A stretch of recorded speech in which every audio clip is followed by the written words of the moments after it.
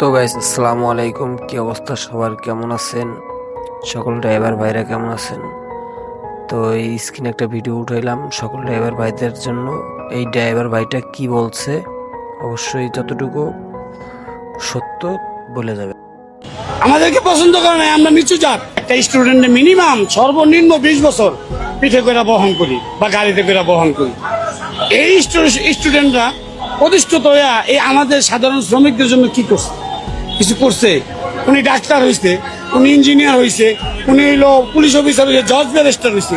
আমি ড্রাইভার পরিচয় শুনলে উনি ডাক্তার সাহেব হয়েছে, আমার গাড়িতে স্টুডেন্ট গিয়া উনি কি আমার জন্য হাফ ভিজিট করবে?